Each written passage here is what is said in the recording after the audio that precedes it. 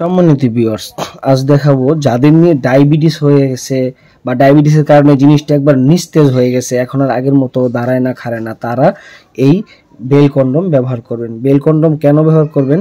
আপনার জিনিসটা, আপনার টুনটুনিটা শক্ত থাক নরম থাক যেমনই থাক, ঠিক এইটার ভিতরে ভরে তারপরে আপনি কোমরে এভাবে সেট করবেন। সেট করলে এই যে ফিতা আছে দেখেন একদম প্যান্টি আকারের, এইখানে ছোট বড় করার টাইট করার মতো বেল বেল দেওয়া আছে। যতটুকু আপনার টাইট করা দরকার এভাবে করে নিয়ে আপনি কোমরে ফিট করে একদম আপনি দাঁড়া করা রেখে সারাদিন রাত আপনি কাজ করতে পারবেন। আর এটা কতটা সুন্দর দেখেন, কতটা সফট, একবারে অরিজিনালের মতো। হ্যাঁ, দেখছেন এটার ভিতরে যে ফাঁকা আছে এটা দাঁড়াই থাকবে, দেখবেন যতই প্রেশার দেন এটা কখনো শুইবে না। ঠিক আছে, দেখছেন যতই প্রেশার দেন আপনি একসাথে যদি বলেন যে 1000 মেয়ের সাথে আপনি সহবাস করবেন, পারবেন, কোনো সমস্যা নেই।